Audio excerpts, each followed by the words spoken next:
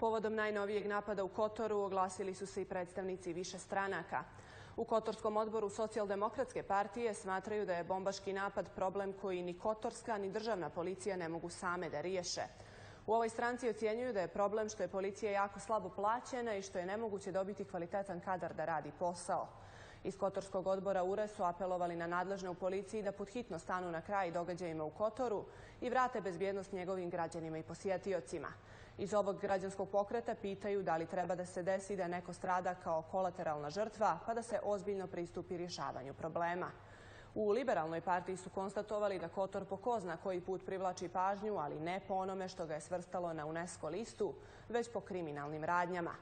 Zbog učestalih nemilih događaja sa tragičnim posljedicama nameće se pitanje gubi li bitku država sa kriminalom i do kada će se tolerisati ovakvo stanje.